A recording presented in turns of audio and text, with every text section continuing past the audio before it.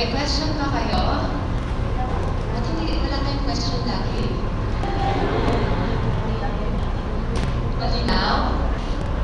Basta meron kayong hindi na nalinawan or question, anytime po pwedeng mag-ask ng kamay at okay?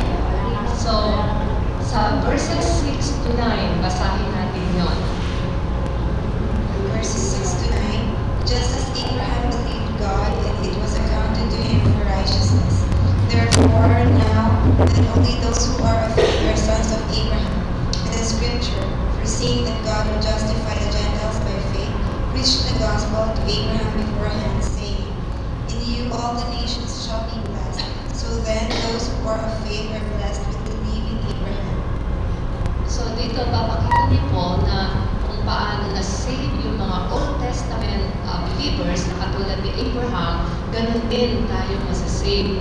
Sa number 5, sa verse 5 ng chapter 3, sabi doon, na binasa natin kanina, sabi, therefore, he who supplies the Spirit to you and works miracles among you, does he do it by works of the law or by hearing of faith?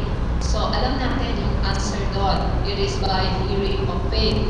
Dahil sa answer na yon, nag-start si Paul sa verse 6 na just as Abraham. So, binalik niya centuries na matagal na panahon na kung paano na-justified si Abraham, paano na-save si Abraham. Sabi doon, Abraham believed God and it was accounted for him for righteousness. Nanibala lang si Abraham. So, binalik ni Paul yung situation or nire-remind niya na kung paano na-save si Abraham by faith, naniniwala lang siya, ganun din tayo. Again, sa verse 6, kinote po ito sa Genesis 15, verse 6. Basahin natin yung Genesis 15:6.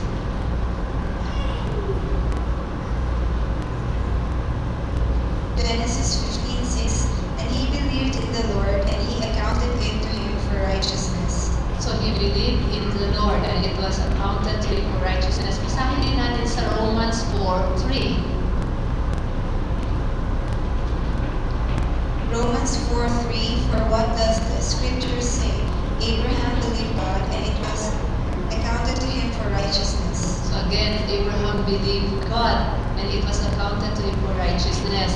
So Abraham, alam natin na siya yung father ng mga Israelites or ng nation ng Israel. So sinabi dito na Abraham believed God. So Abraham was justified by faith. Pinawalang sala si Abraham sa pamamagitan ng pananampalataya, hindi sa mga gawa. He was justified by faith long before the law was given. Nauna si Abraham, diba, kaysa kay Moses, na ibigay yung law kay Moses. So, matagal na years bago na ibigay ang law, na justified na si Abraham. So, it is by faith, okay? Even hindi siya na-circumcised, na-justified na siya. At sabi nga natin, ito yung laging sinasabi ng mga Judaizer, kailangan ma-circumcise para ma-justify. So si Abraham, wala pang law noon, wala pang law, na-justified na siya. So hindi sinabi ni Lord, gumawa si Lord ng covenant kay Abraham, sabi niya, okay, I will make you as a father of many nations, mga promises ni Lord sa kanya. Ang hindi sinabi niya, you do this, you do that, then this is my covenant to you. Walang sinabi si Lord doon. Nung na-speak ang Panginoon kay Abraham, si Abraham lang, sinabi niya, yes, Lord, I believe. Yun lang. Yes, Lord, I believe. Wala na. And then walang works na involved doon. And then, sabi doon, it was accounted for Abraham as righteousness. So, believing lang, okay? Naniwala lang siya. And we know na yung believing heart, ito yung nakaka-please sa ating Panginoon. A believing heart is a heart that is open, that is soft, and yung ready na makinig sa Panginoon. And Abraham simply believed God kung ano yung sinabi niya. Hindi niya nasabi, paano kung, no. Sabi lang doon, Abraham believed God. Yun lang. So he believed in God's word and in His character. So believing is a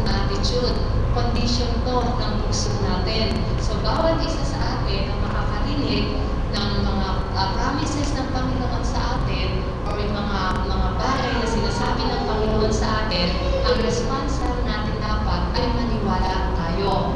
Okay? Maniwala tayo sa lahat ng mga sasabihin ng Panginoon sa atin.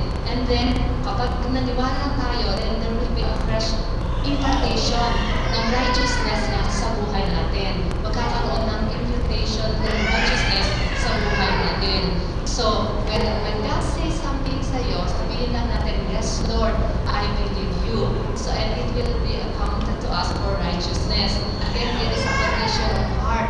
It is a relationship sa ating Panginoon kung naniniwala tayo sa Kanya.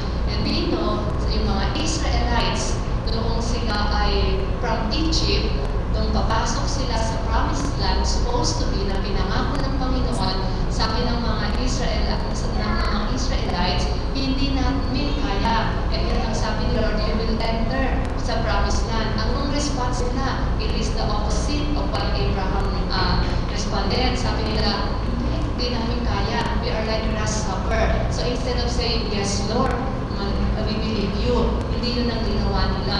Kaya alam natin, hindi nakapasok sila sa promised land. Only si Joshua and Caleb at yung buto ni Joseph ang nakapasok sa promised land. Okay? So, yung the whole, yung generation na yun, hindi nakapasok sa promised land. So, when God speaks to us, ang hinahanap ng Panginoon ay believing heart. Okay? Na kailangan mag-agree tayo sa Kanya. Kahit paminsan hindi parang posibleng mangyari, pero pag si Lord ang nag-speak, kailangan maniwala tayo sa Kanya. Maniwala tayo na, Lord, you can do it. Parang sa mata ko, sa paningin ko, imposible, pero walang imposible sa iyo. And then, doon magkakaroon ng invitation ng righteousness sa buhay natin habang nagsasabi tayo paulit-ulit na, yes, Lord, yes, Lord, yes, Lord, I believe you. So, Abraham is a pattern sa bawat sa atin. He is justified by faith. Kung naniwala siya sa message ni Lord, ay nagkaroon ng invitation ng righteousness sa kanya. And even doon sa time ni Jonah, si Jonah, nung ang Nineveh ay mag-judge, then nag-speak si Jonah na kailangan mag-repent kayo, and then maniwala sa Panginoon na tanggal yung judgment sa kanila dahil naniwala sila. Hindi sila destroy ng Panginoon yung time ni Nineveh sa kapanahonan ni Jonah dahil naniwala sila. So, ngayon, paano na-save si Abraham, ganun din tayo. Basahin natin ulit yung verse 6. Just as Abraham believed God, and it was accounted to him for righteousness. So Abraham was justified by believing. So he was justified by faith. Pero basahin natin yung James chapter 2, 20 to 24. James 2:20 to 24. But do you want to know, O foolish man, that faith without works is dead? Was not Abraham your father justified by works when he offered Isaac his son on the altar? Do you see that faith was working together with his works, and by works faith was made perfect? And the scripture was fulfilled which says, Abraham believed God, and it was accounted to him for righteousness, and he was called a friend of God. You see then that a man is justified by works and not by faith only. Likewise, was not Rahab the harlot also justified by works when she received the messengers and sent them out another way? Okay. Nabasa niyo yun? Nakita niyo yun? Nakita niyo yung sinabi ni James? Sabi niya, you see then that man is justified by works and not by faith only. Habang sinasabi na we are justified by faith and not by works, galit pa si James kay Paul? Kino-contradict niya yung katuruan ni Paul? Galit kaya si James? Sabi niya, you see then that a man is justified by works and not by faith only. Hindi lang sa pananampalataya, kundi sa works. Okay? So si Abraham, na-justified siya by works, nung in-offer niya si Isaac. Okay? So sa Genesis 15:6, pag tinignan natin yung nasa Genesis 15:6, sabi doon, Abraham believed God and it was accounted to him for righteousness. Then, naniwala na siya, and then, na-justified na siya by believing, na-justified siya by faith. Then, pagdating sa Genesis 22, 15, 16, 17, 18, 19, 20, 21, 22. So, 7 chapters after that, doon niya in-offer si Isaac. Okay? So, ang sabi doon ni James, si Abraham was justified by works. Okay? So, makikita natin dito na nauna na manampalataya o nauna yung justification ni Abraham sa Genesis 15 pa lang. And then, pagkatapos noon, sabi doon na-justify siya by works nung in-offer niya si Isaac. Binasa natin kanina na faith without works is dead. So, mauna yung pananampalataya natin, then, sunod na yung works natin. Okay? Mauna yung naniwala tayo, yung justification natin is by faith lang, na masisave tayo by faith, then, may kasunod na good works. Diba? Kahit sa buhay natin ngayon, naniwala tayo sa Panginoon, then, dapat may good works na nakikita sa buhay natin. Dapat may mga fruits na nakikita sa buhay natin. Pero hindi tayo na-justify dahil ginawa natin yun. Nauna natin nag-justify tayo sa by faith, tinanggap natin si Lord, na-save tayo, then, kailangan may good works. Hindi baliktad. Okay? Hindi mauna good works, then, yun, sumunod mananampalataya ka. Kasi through faith and works, dapat magkasama yan. Okay? Hindi sila dapat naghihiwalay. And faith produces works. Yung works natin is evidence ng faith natin. Okay? Yung mga ginagawa natin, sa Panginoon, yun ang bunga ng pananampalataya natin. Dahil walang without works, yung faith natin is patay. Okay? So si Abraham, dahil nanampalataya siya, na-justified siya by faith, tinest siya ni Lord by offering Isaac. Nakita natin na kung paano siya nagtagumpay doon, kaya sinabing he was justified by works. Okay? So, hindi galit si James kay Paul. Hindi niya kinocontradict yung sinabi ni Paul. Sabi doon kay James, Abraham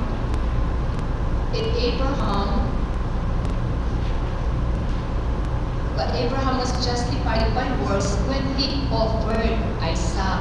Okay? When he offered Isaac sa verse 21 ng James.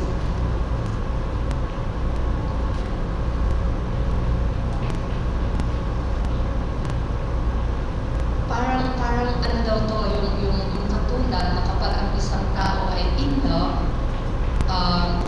hindi mo na kailangan sabihin, okay, tawagan mo siya, or text mo siya, or bilhan mo siya ng roses. Ganon. Pag in love ka, automatic gagawin mo yun. Okay? So, kung may pananampalataya tayo, automatic magkakaroon ng good works sa buhay natin. Okay? Naintindihan natin? So, automatic nagkakaroon. Dahil in love tayo kay Lord, okay, kaya automatic na meron tayong ginagawa para sa Kanya. Pero ginagawa natin yon hindi dahil takot tayo na parusahan ng Panginoon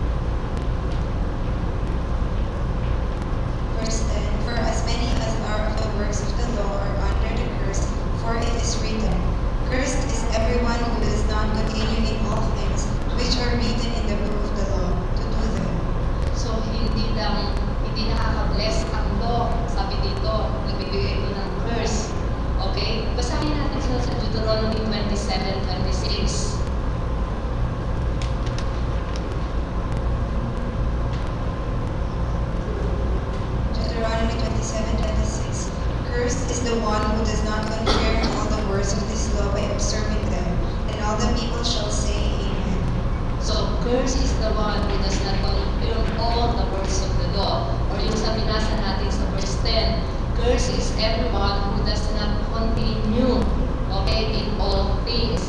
So, continue. So, yun yung keyword sa pagsunod ng law. Kailangan yung continue following the law. So, it is not enough to keep the law sa isang araw or sa isang buwan or sa isang taon.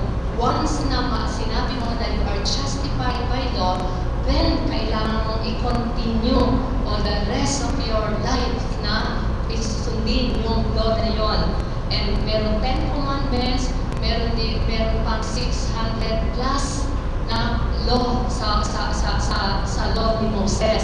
Ganun kadami. For you to be justified, kung ito ang sinasabi ng mga Judaizer, then bukod sa 10 commandments, kasama pa yung 600 plus na law ni Moses. And then kailangan i-continue yung pagsunod na yun. I mean, sino ang makakasunod doon sa ganun kadami law? Tayo nga kukunti ang law natin sa Bible School nga kukunti lang. Hirap na hirap pa akong mapasunod ang mga tao sa buhay ko doon sa Bible School. Itong 600 ang susundin nila plus the 10 commandments. Yung dito lang sa Pilipinas, di ba? Hindi na, marami tayong law, pero hindi natin talaga nasusunod. Natatandaan ko yung law natin sa bawat tumawid. Di ba? Sabi doon, bawal tumawid. Unang-una yun. Bawal tumawid. Okay, bawal tumawid. Yun na. Siyempre, hindi natin sinusunod, di ba? So, dinagdagan, bawal tumawid, multa, 1,000. Wala pa rin sumusunod sa atin, mga Pilipino talaga. Sunod na, bawal tumawid, nakakamatay. Kaya na dinagdagan na, patindi na ng patindi. Tawiran pa rin tayo. Sunod, bawal tumawid, may namatay na dito. Wala na rin talaga. Saan mo na sa EDSA?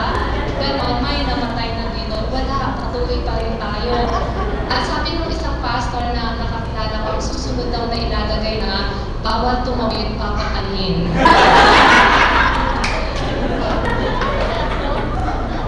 Pag hindi pa tayo sumunod,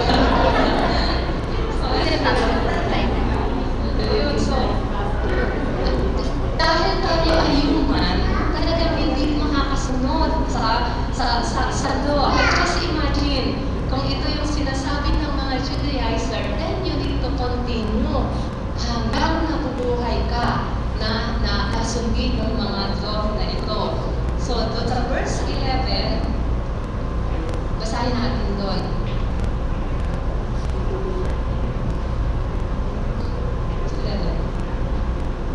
Galatians 3:11, but that no one is justified by the law in the sight of God is evident, for the just shall live by faith. So, the just shall live by faith. Una itong sinabi sa Habakkuk chapter 2 verse 4, Habakkuk 2 verse 4, sabi doon, the just shall live by faith. Then, inulit ito sa Romans 1:17, Romans 1:17, sabi din doon, the just shall live by faith. And then, inulit ito sa Hebrews 11, yun ang hindi na naman verse, Hebrews 11, the just shall live by faith. Nakita nyo? Hebrews 11. Ha? 10 ba? 10:38 para Hebrews. Okay, 10:38. The just shall live by faith. So inulit-ulit yun. Habakkuk chapter 2 verse 4, sa Romans 1:17, Hebrews 10:38, and then dito sa Galatians 3:11, the just shall live by faith. Iba-ibang emphasis actually ang binigyan ni Paul. Sinulat ni Paul yung Romans, ang in-emphasize niya doon yung justification natin. Justification natin. Sa Hebrews, ang in-emphasis niya is yung faith natin. The just shall live by faith. So, doon siya nag-emphasize. Dito sa Galatians, the just shall live by faith. Ang in-emphasize dito is paano yung word na live, okay? Paano tayo magbuhay by faith. Ito yung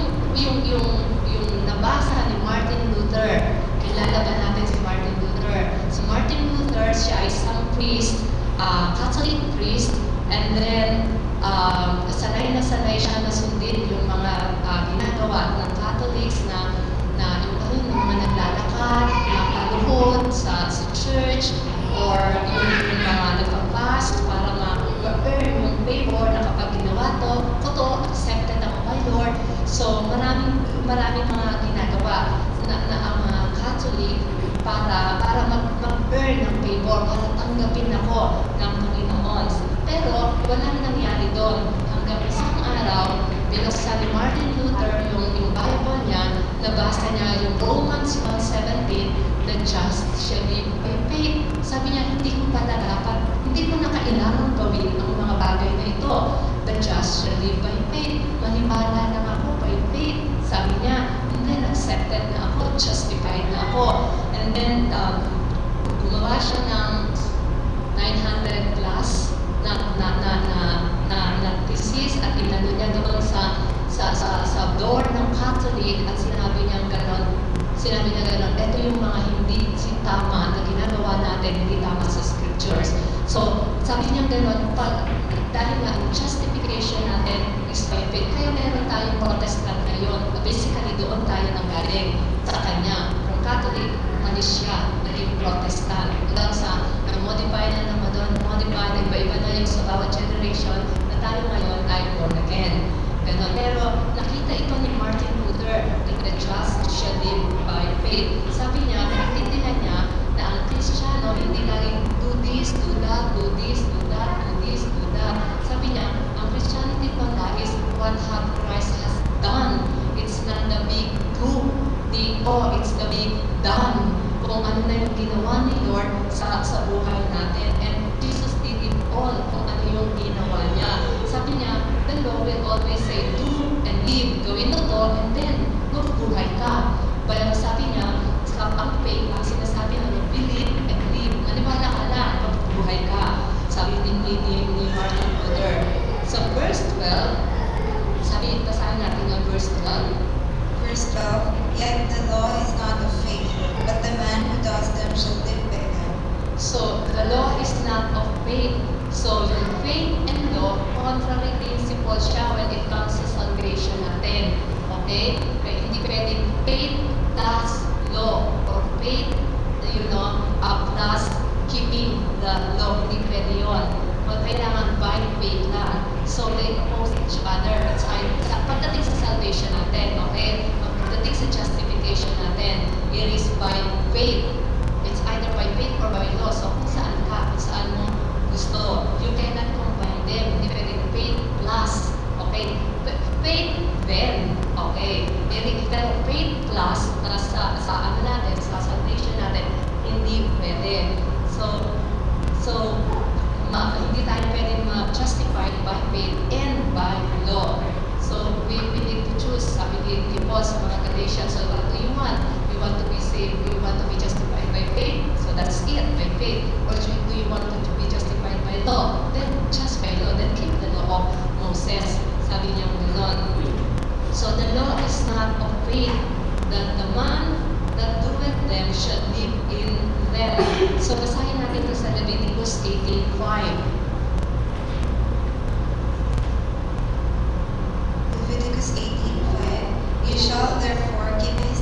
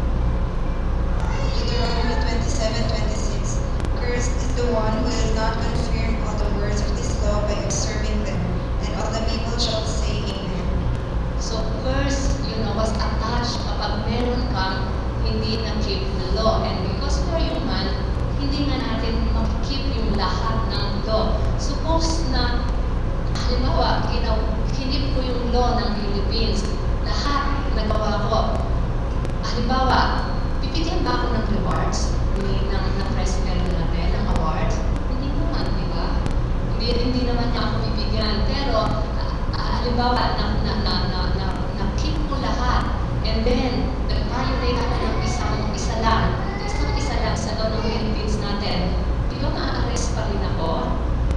So, makukulong pa rin ako kahit isa lang ang ma-violate ko. So, hindi ako mabibigyan ng reward sa pag ginawa ko lahat, pero isa lang mag-break ko, ma-arrest din ako. So, hindi ito nakakapagbigay ng buhay yung batas, kundi mape-penalize pa tayo. So, sabi doon, first, ay ang naka-attach sa lahat ng hindi susunod sa lahat ng law ni Moses. So, kung paulit-ulit na i-insist ng Judaizer na kailangan ma-save tayo, ma-justify tayo by faith and law, then dinalagay niya ang buong Jew and buong Gentile under curse. Kasi wala kang makakasunod. Dahil walang makakasunod, dahil lahat is under curse. Okay? So kung paulit-ulit nila ng Judaizer na sasabihin sa kanila na kailangan natin ng law, then under curse tayo lahat. Okay? Sa verses 13 to 14, kasahin natin ito. Verses 13 to 14. Christ has redeemed us from the curse of the law, having become a curse for us, for it is written, "Cursed is everyone who hangs on a tree," that the blessing of Abraham might come upon the Gentiles in Christ Jesus, that we might receive the promise of the Spirit through faith. So this is the good news na sinasabi ni Paul. Dahil nga under curse lahat kung i-insist ng mga Judaizer na kailangan ma-justify tayo by faith and by law, then sabi ni Paul, may hope tayo. Dahil yung hope natin na kay Kristo who redeemed us from the curse of the law. Dahil namatay siya sa atin. Dahil nga we are under curse. So, yung mga Galatians, hindi nila natatanggap ito. The word redeem means to buy back. Binili tayo. Yun ang ibig sabihin ng redeem. So, feeling ng Galatians, parang hindi kumpleto yung bayad ni Lord sa pagbili sa atin. So, kaya nga tumibili sila sa pamamagitan ng pagsunod sa law ni Moses, particularly sa submission, sa circumcision, and of course, yung rites and ceremonies na sinabi. So, ang Galatians, sabi niya, parang hindi kumpleto yung pagkabili sa amin. Kaya tutulungan namin si Lord. Bibili din kami sa pamamagitan ng mga gawa namin. So, curse is everyone who hangs on a tree. Nasa Deuteronomy 21:22.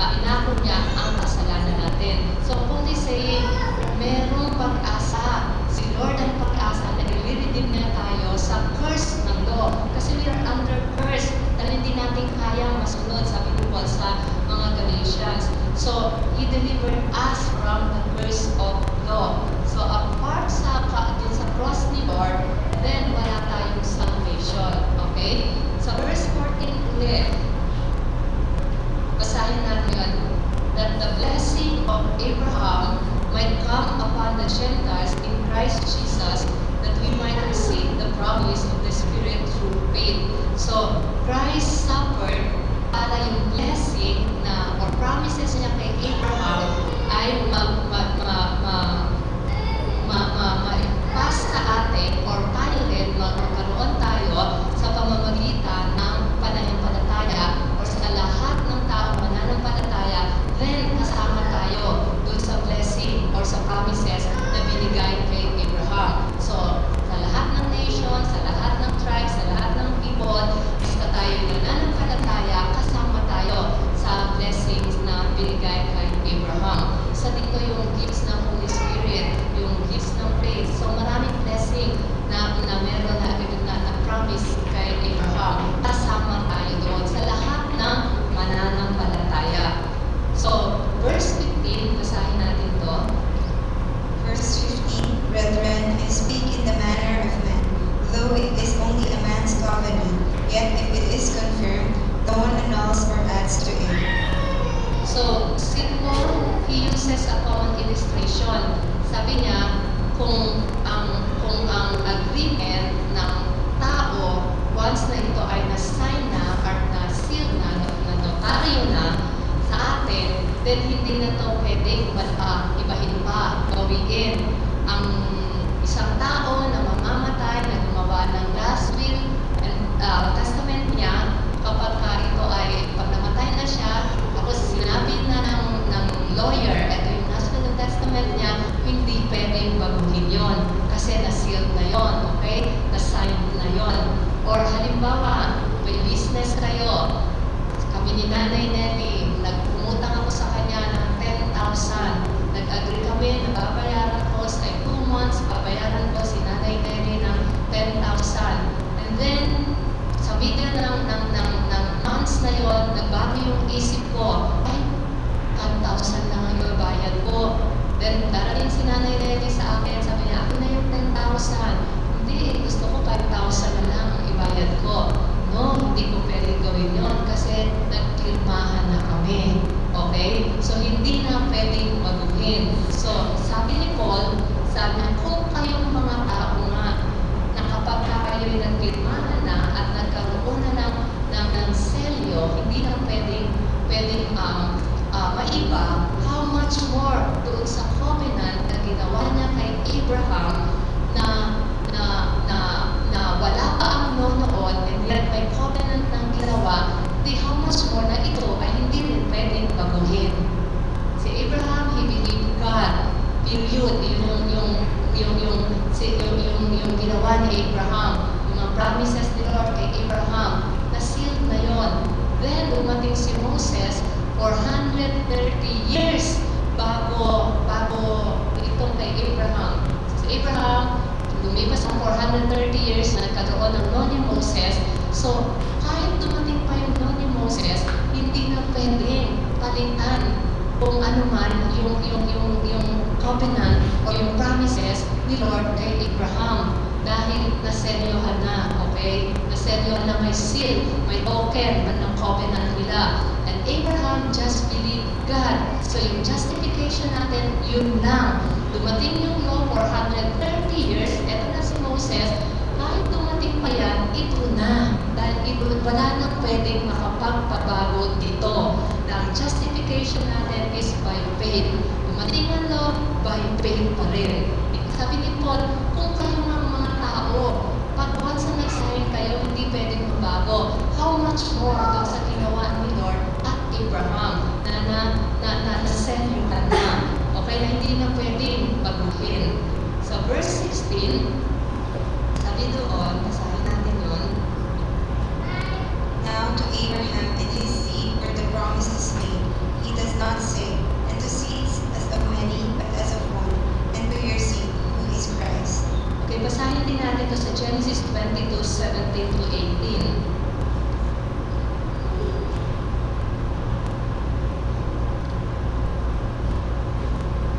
Genesis 22:17 to 18. Blessing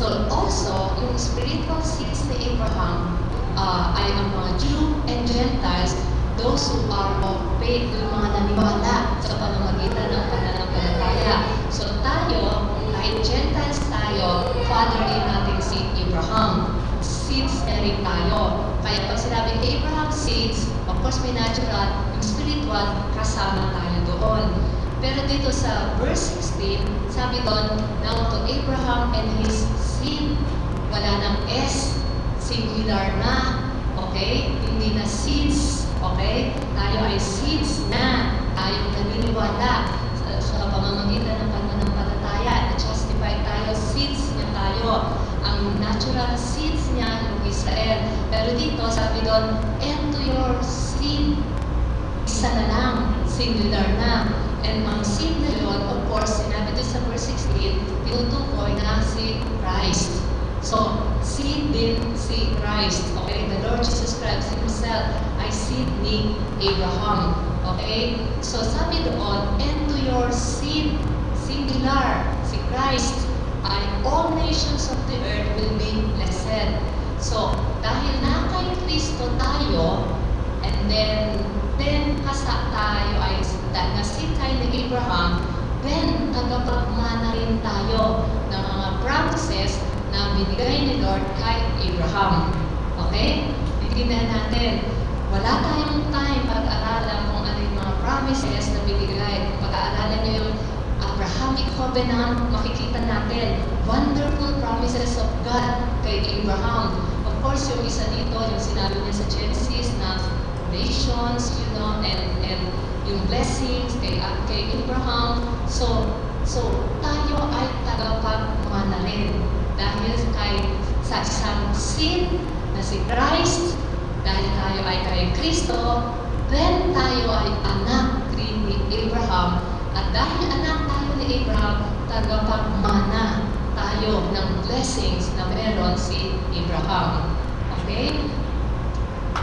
Verses 17 to 18.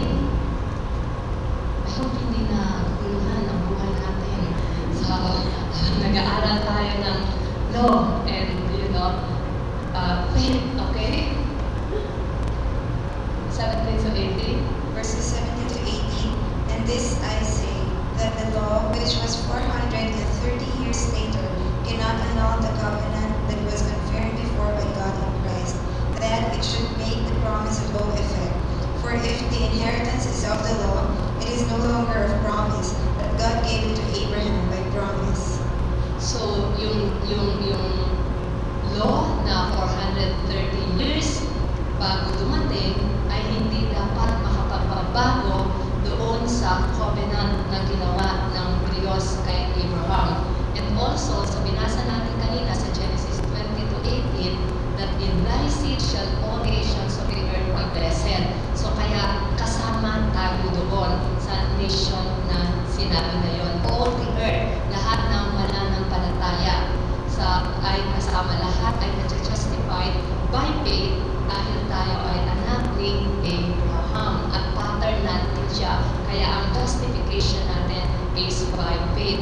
O yung promise, yung inheritance na meron si Abraham, tayo ay tagapagmana. Verse 19, basahin natin ito. Verse 19.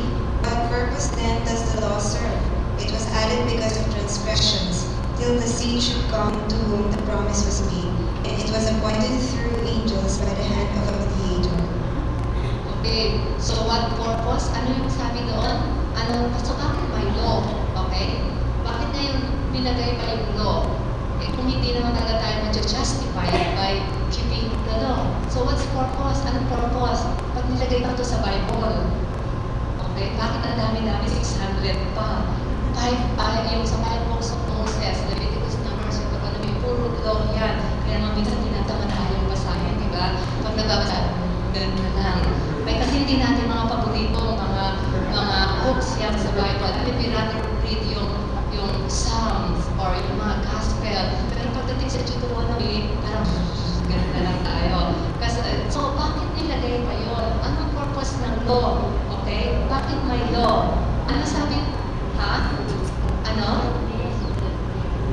Sabi doon, it was added because of transgression, till the sin, singular ulit, should come to whom the promise was made. And it was appointed through angels by the hand of mediator. So bakit may law? Para malaman ng tao na may kasalanan. Kasi kung walang law, wala tayong alam na may kasalanan tayo. Yung isang bata, halimbawa, merong cookie jar doon sa bahay nyo. Pag walang nakalagay doon or walang batas si nanay na dalawa lang ang kakainin, then he can eat. Kahit upusin niya yun kasi walang law. Pero once na sinabi ng nanay, oops, dalawa lang sa kada merienda at sumba yung bata na yon, nagkasala siya. So the law was given para makita natin na may kasalanan tayo. Dahil kung walang batas, hindi natin to ma-realize na makasalanan. Sabi doon, the law was added because of transgression till the sin. Hindi ulit till the sins. Hindi ba namin hanggang dumating yung sin na yon. And that sin is Christ. So, till the sin should come. Till the sin should come.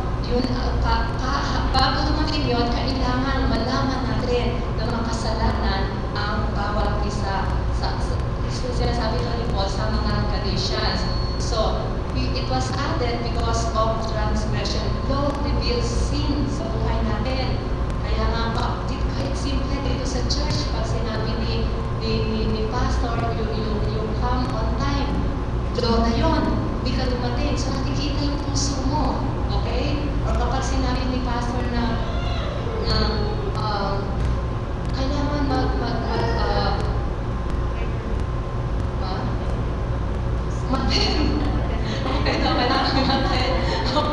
kailangan umattend sa hindi naman to yun. Ini-encourage tayo na umattend. Okay? Okay, the story. Okay?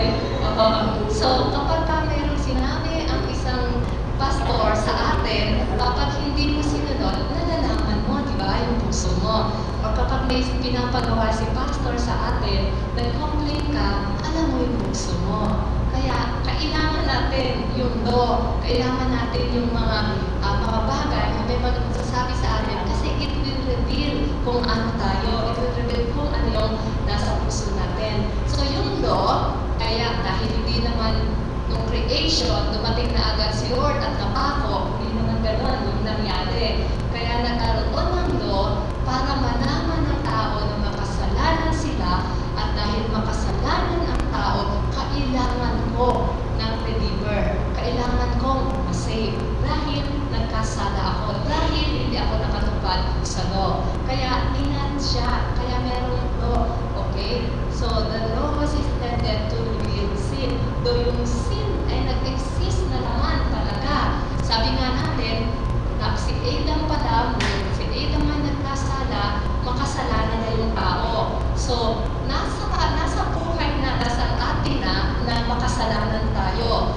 Na buhay tayo, pinanganak tayo, may kasalanan na tayo. Kaya lang, hindi natin malalaman na makasalanan tayo kung walang batas. Okay? Kung walang law. Pero yung sin, nandito na talaga sa buhay natin, sa puso natin.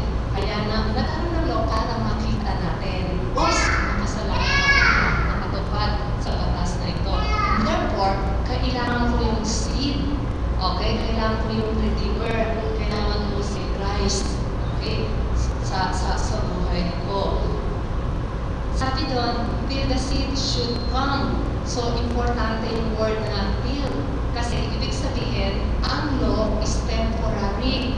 Dahil dumating na si Kristo, kaya nga, sinasabi ni Paul, dumating na si Kristo, justified na tayo by faith. Hindi na by keeping the law. Kasi, till the seed, dumating na eh. Dumating na ang seed, okay? Napako na sa cross si Christ. So, kaya by faith ang justification natin. So, yung law, temporary. Kaya lang, ang gusto ng mga Galatians, i-impose pa rin sa buhay nila na kahit napako na si Lord, dineliver na sa law of bondage, gusto pa rin nilang i-impose sa kanila. Hindi nila nakita na temporary lang yun. Nilagay lang yun doon para mag-reveal ng sin. Sabi doon, and it was appointed through angels by the hand of mediator. Sa Mount Sinai, binigay yung law kay Moses. And then, si Lord, ang mga tao, gumamit si Lord ng angel para magsalita kay Moses. Si Moses, sasabihin niya,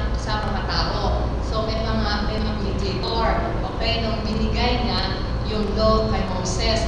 Dito, ipapakita ni Paul na yung superiority ng faith or ng grace or ng covenant kay Abraham kaysa doon sa law na binigay kay Moses. So may mediator, si Lord, nagsabi sa angels, sinabi kay Moses, si Moses sinabi sa congregation. So may mediator nung binigay. Noong samantalang, noong sa Genesis, si Lord mismo ang nagsalita o kumausap kay Abraham. Walang mediator. Okay? Si Lord sabi niya, Abraham, I will bless you. Abraham, magkakaroon ka ng maraming anak. Kung tumingin ka sa heaven, katulad ng stars, ganyan magiging anak mo. So, walang mediator na involved. So, sinasabi lang ni Paul dito, mas superior yung promise na na-receive ni Abraham kaysa yung na-receive ni Moses na law doon sa pagbibigay ng law. So, the law was inferior dahil yung promise na binigay niya kay Abraham is directly, walang mediator na involved. Okay? So, there was no angel na involved doon sa pagbibigay niya ng covenant. Sa verse 20, Now a mediator does not mediate for one only, but God is one. Okay, ano naman yung ibig sabihin ito? Now a mediator does not mediate for one only, but God is one. So, parang mediator, yun nga yung isang tao, eto ang mediator. Yun yung ibig sabihin noon. Doon sa pagbibigay ng promise, or yung covenant, yung sealing ng covenant na ginawa ni Lord para kay Abraham, sabi doon, walang mediator na involved. Okay? Yung covenant na ginawa ng Panginoon kay Abraham, walang mediator na involved. Pero, basahin natin dito, dahil sabi doon, but God is one. So, basically, hindi kasama si Abraham noong seselyuhan na ang covenant or yung promise na ginawa. Sabi natin, nag-speak si Lord, diba? Nag-speak si Lord kay Abraham directly. Pero nung nagsisila ng covenant, wala na si Abraham. Okay? Hindi na kasama si Abraham. Basahin natin sa Genesis 15:2-6. Basahin natin yon. Genesis 15:2-6. But Abram said, Lord God, what will you give me, seeing I go childless, and the heir of my house is Eliezer of Damascus? Then Abram said, Look, you have given me no offspring. Indeed, one born in my house is my heir. And behold, the word of the Lord came to him, saying, This one shall not be your heir, but one who will come from your own body shall be your heir. Then he brought him outside and said, Look now toward heaven, and count the stars if you are able to number them. And he said to him, So shall your descendants be. And he believed in the Lord, and he accounted it to him for righteousness. So yung promise na sa Genesis 15:2-6, ang promise doon is or covenant na bibigay ni Lord is that Abraham will be the father of many nations. And then, na mag-fulfill ito by faith and by a believing heart. Basahin natin yung karugtungan sa Genesis 15:9-12. Genesis 15:9-12. So he said to him, Bring me a 3-year-old heifer, a 3-year-old female goat, and a 3-year-old ram, a turtle dove, and a young pigeon. Then he brought all this to him and cut them in two, down the middle, and placed each piece opposite the other. But he did not cut the birds in two. And when the vultures came down on the carcasses, Abram drove them away. Now when the sun was going down, a deep sleep fell upon Abram, and behold, horror and great darkness fell upon him. Okay, ito na yung sealing ng covenant. Yung sa atin na yon, para ma-seal yung documents or yung covenant, mapanotaryo lang natin. Okay, tayo na, na-seal na yon. Okay, pero nung kapanahonan ni Abraham, ang para ma-seal yung isang covenant, sabi doon sa binasa natin, ay magpapatay sila ng animals. Yung hayop na yon is hati hahatiin sa gitna, isa ilalagay dito, isa ilalagay dito, and then yung nag-covenant lalakad doon sa gitna ng animal na yon. Okay, yung pinatay na animal na yon. Ganun yung sisil ng covenant. Sa akin ang dali, di ba? Yung pos. Sa kanila, magpapatay na tayo, i-divide yung tayo na yon, isa dito, isa doon, and then lalakad sila. Pero doon sa binasa natin, sabi doon, pero yung araw ay bababa na, at deep sleep fell upon Abraham. Sabi doon, nakatulog si Abraham. Okay? So, nakatulog. Magsisil na ng covenant eh. Siselyohan na yung covenant, nakatulog si Abraham.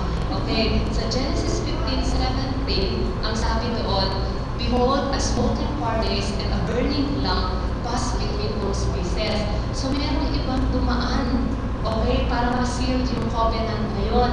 May ibang dumaan. Hindi si Abraham. Kasi nga, tulog si Abraham. Kailan nakakatanong? Kailan silid na nakatulog? Hindi siya nakatulog. Okay? Pinatulog siya. Okay? Ng Panginoon. Pinatulog siya. Why? Para hindi siya involved sa covenant na yon. Ang covenant na yon, sabi ng the smoking furnace, alam natin sa Hebrews 12:29, our God the Father, sabi doon, our God is a consuming fire. So yung smoking furnace na yon sa Genesis 15 verse 17, it's talking about God the Father. And then sabi doon, at isa pa, and a burning lamp. So, dalawa yung nagdaan doon, a smoking furnace and a burning lamp. Yung smoking furnace, sabi natin, si Lord, God the Father yun, kasi sabi sa Hebrews, our God is a consuming furnace. So, yung lamp, sabi ni Lord, I am the light of the world. So, it is the God the Father and the Lord Jesus Christ ang dumaan para doon sa anima na yun, nagkaroon ng sealing ng covenant na seal. Tapos na, wala nang pwedeng makabawi or makapagpalit dito na yung mga promises ni Abraham na mananampalataya, justified by faith, at tagapagmana tayo sa promises ni Abraham. So, hindi nga kasama si Abraham. So, makita natin dito, interior talaga yung law na binigay kay Moses. Si Lord nag-speak sa angel, si angel nag-speak kay Moses, si Moses sinabi niya sa tao. Ito na yung sinabi ni Lord. Ito, 10 Commandments plus 600 plus na law. Ito yung sinabi ni Moses sa mga tao. Pero si Abraham, God spoke directly kay Abraham yung mga promises niya, and then nung magkakaroon na ng sealing ng covenant, pinatulog ng Panginoon si Abraham. Kaya God the Father and God the Jesus Christ, sila ang gumawa ng covenant na yon. Na yung covenant na lahat ng mananampalataya ay justification by faith ay magkakaroon ng magiging tagapagmana ng blessing ni Abraham. Dahil sa ginawang covenant, hindi ni God at ni Abraham, kundi ni Lord, God the Father, and the Lord Jesus Christ. Kaya superior, okay, mahalaga, or napaka-importante ng ginawang covenant ng Panginoon, God the Father, and the Lord Jesus Christ. Yung nagkaroon ng sealing. So, kinocompare lang ni Paul dito. See, yung si Abraham na justified by just believing, sabi niya gano'n, kaya mas mahalaga or mas mataas or mas importante yung kay Abraham. So, si Moses, inferior yung law dahil kailangan pa ng mediator. So, yung promise na binigay kay Abraham, hindi involved ng two parties sa kanya directly, that nagkaroon ng sealing ng covenant sa pamamagitan ng God the Father and God the Son. So, it was not really Abraham and the Father or God, but it is Abraham, God the Father and the Son. Pagpapatuloy ulit natin tomorrow. May question ba kayo? Pag tahimik, kinakabahan ako. So, wala? Okay? Okay kayo? Okay, so, basahin mo ulit. Diba, nagpabasa ako kahapon. So, advance na yung giving nyo, okay? So, magbasa pa ulit kayo. Tuloy nyo po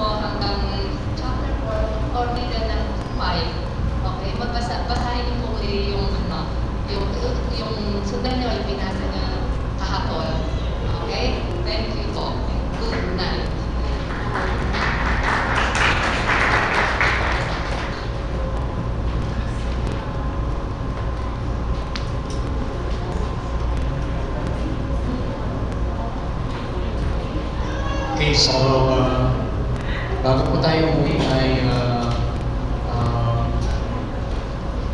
meron tayong saglit na pag-uusapan patungkol sa magiging outing natin on Saturday, ano? So, we have a lot of things to consider. So, yan ako si Ma'am Merda. Saglit na po, saglit na.